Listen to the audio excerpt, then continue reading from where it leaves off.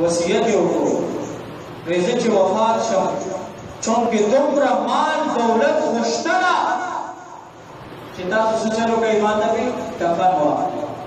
جامه واخلئ او هغې ما ته کفن راکړئ نو وایي داسې وکړئ چې یا خو زما دا ذاتي مکان خرڅ کړئ هغې ما ته کفن واخلئ او که چېرې دومره ټیم نه او زما دا مکان خرڅېدو نه بیا به زما دا کورته اول ووینځئ او بیا یې ما ته دوباره راواولئ په دې کې ما دا د څه د وجې نه د حرامو نه د بچ کېدو د وجې نه ځکه چې نبي علیه السلام فرمایلي وو کل لحم نبت من الحرام فالنار اولی به کم غوښه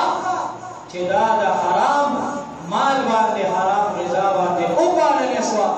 جهنم د دې ټکانه ده الله تعالی به په دوزخ باندې دا ویلې کوي او سوځوي به نو جنت چونکې دا الله تعالی دربار دی دا الله تعالی د ملاقات او د دیدار الله سره د ملاوېدو ځای دی او الله سره د ملاوېدو اولنی شرط دا طهارت او پاکي ده دې وجې نه نبي علیه السلام فرمایل چې د الله خوا ته ځې چې غوښه دې مرداره نه وي د حرام مال باندې د حرام غذا باندې پاللې شوي دي عمر ابن عبدالعزیز د دې امت پهلنی مجدد دی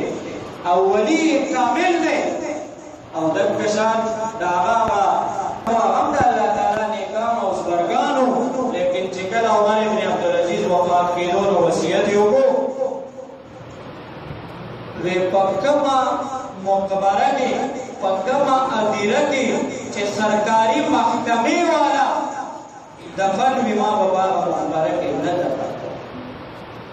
په کومه مقبره کې چې سرکاري ملازمان سرکاري محکمې والا کسان ښخ شوي وي هغه مقبره کې به ما نه ښخوم خو د کافرو مقبره کې به ما ښخوم وي چې په کومه مقبره کې سرکاري عمله وي په هغې کې ما دفن کوئ ځکه چې دا سرکاري محکمه دا سرکاري افسران چې دي دوی د عوامو مال په زور زیاتۍ باندې وړي او د دې بالکل د معافۍ ګنجایش نشته هسې نه د دې په وجه زما ذات شه دا ولې هغې ته پته وه چې نبي علیه السلام فرمایلي کل لحم نبت من الحرام فالنار اولی به کم وجود ته چې د حرام غذا ورسېده کم وجود سره چې د حرام مال کپړه دا ټچ شوه حرام پیدار ورسره ټچ شو د دواړو جهانو سردار فرمایي دغه وجود باندې الله تعالی په جهنم باندې ویلې کوي سوځوي نو حضرات صحابه لوګه برداشت کوله سړی خوري بربند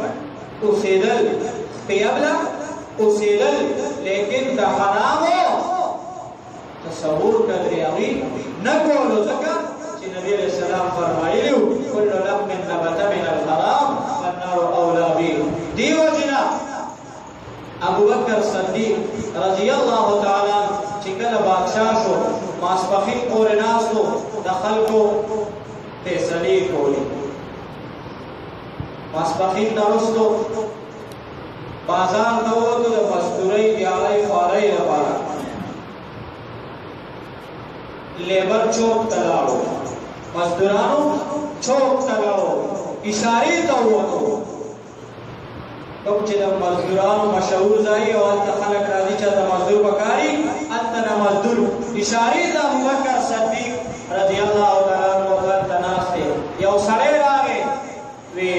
مزدوري ابوبکر صدیق صاحب ورته وی مزدوري وی زما له خدمت دی څه خدمت دی وی دا چیلۍ ده دبزه ده پښتو باندې شله ده تېره شي دا ما سره زما ځای پورې زما کور پورې ورسوه دومره دومره مزدوري دیواړي به درکړم ابوبکر صاحب هغه چیلۍ په شا راوړې ده سړی مخکې ابوبکر صاحب ورپسې روان دی لاره کې امیر المؤمنین عمر فاروق رضی الله تعالی عنه ولیدو ورته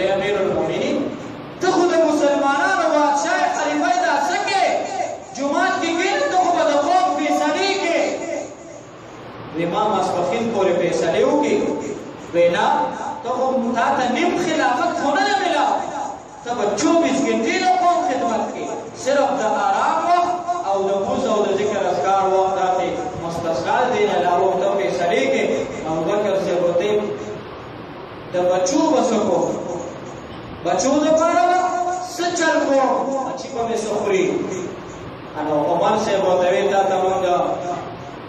بیت المال نه وظیفه تنخواه مقرره و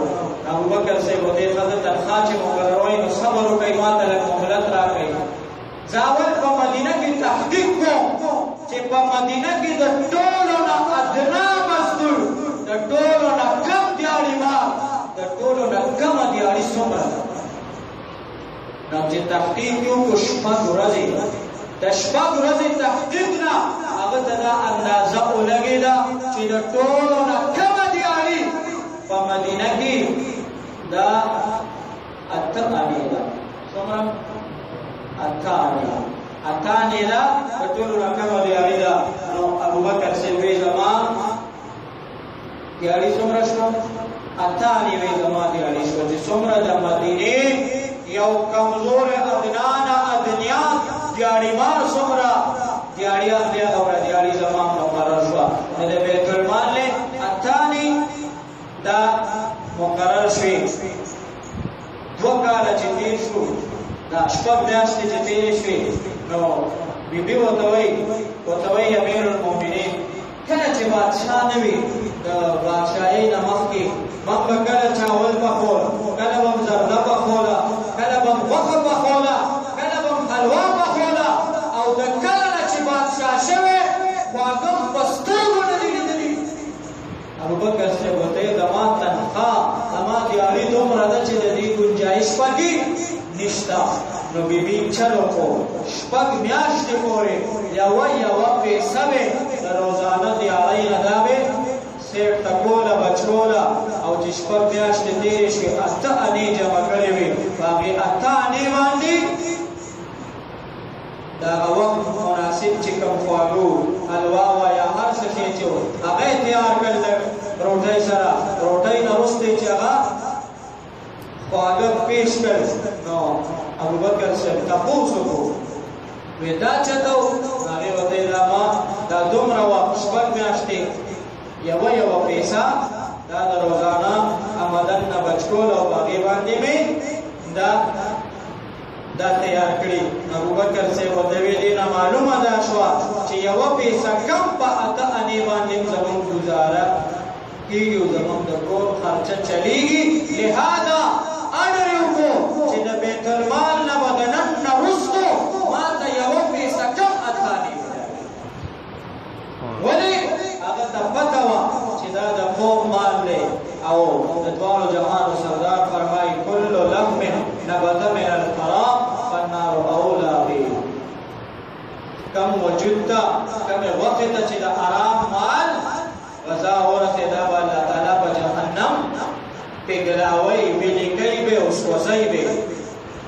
دا دی هره ګناه په توبه معاف کېږي لیکن دا حرام دا پردی مال چې دی والې دا په توبه نه معاف کېږي د دې یو علاج دا دی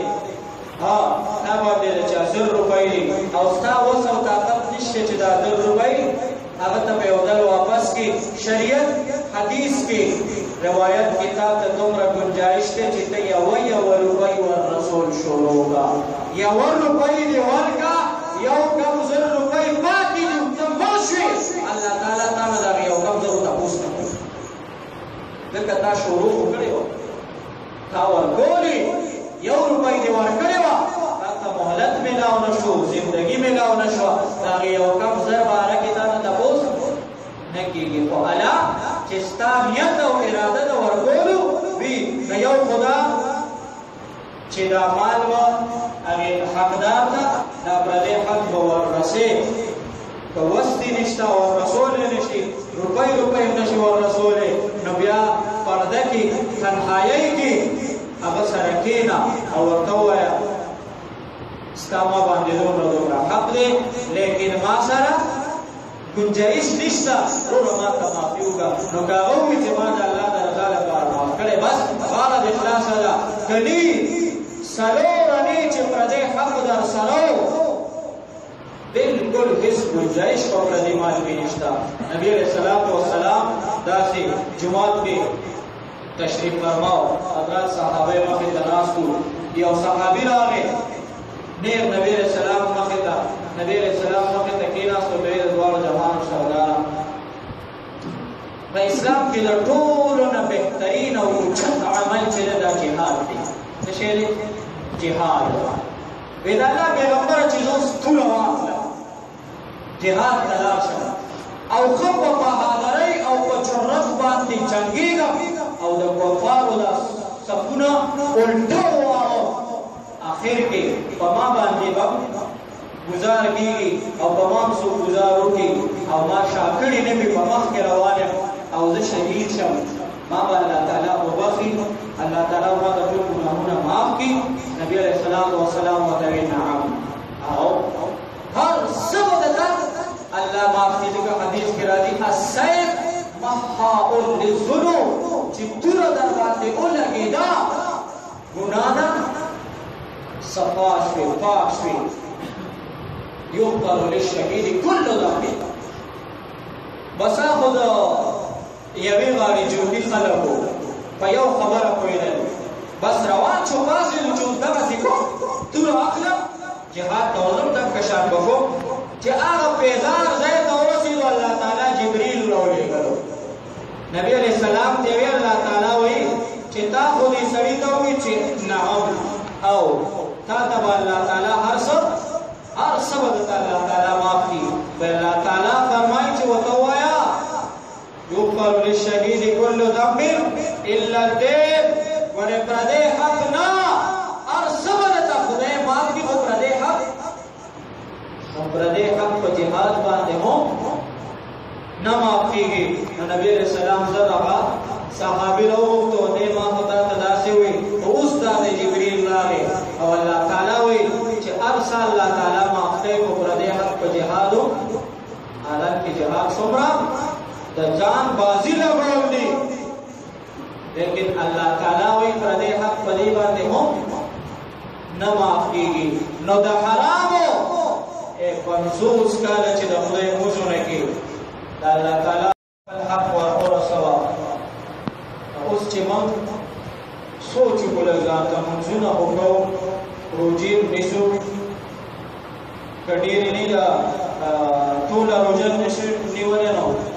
تر غرمې په ډېر نیسي، ورځې دوه پکې نیسي خلک یو د دوه هم په ګوته او د ناستو ورځې دوه روژې هم نیسي که نه نیسي. نو بس میروس او بس پر دی بس د هغه نو روژې هم نیسو او جمعې پر سپینه ټوپۍ هم په سر کړو، جومات ته هم راشو، جمعې مونځ هم کوو که نور نه هر څه کوو، لیکن په خوراک څښاک کې احتیاط لکه د اوښ په دواړو جامو شخوند کوو. حلال دي، د حرامو نه پرهیز که مدام حافظ الپوري وایي لکه د اوښ غوندې په دواړو جامو شخوند ونه کړي. حلال دي، د حرامو نه پرهیز که مدام لکه د اوښ غوندې په دواړو جامو او قسم دی په نن وخت کې. دا موږ چې په کومه معاشره کې او په کوم ماحول کې ژوند تېرو په نن وخت کې قسم په خدای چې پردی حق در سره نه و، د لور خور کیسه دې نه وه ډېره کړې، د ګاونډي حق دې نه ووالی، پردی حق در سره نه و. ته د نن زمانې شیخ عبدالقادر جیلاني اگر که ته اوس نه کړې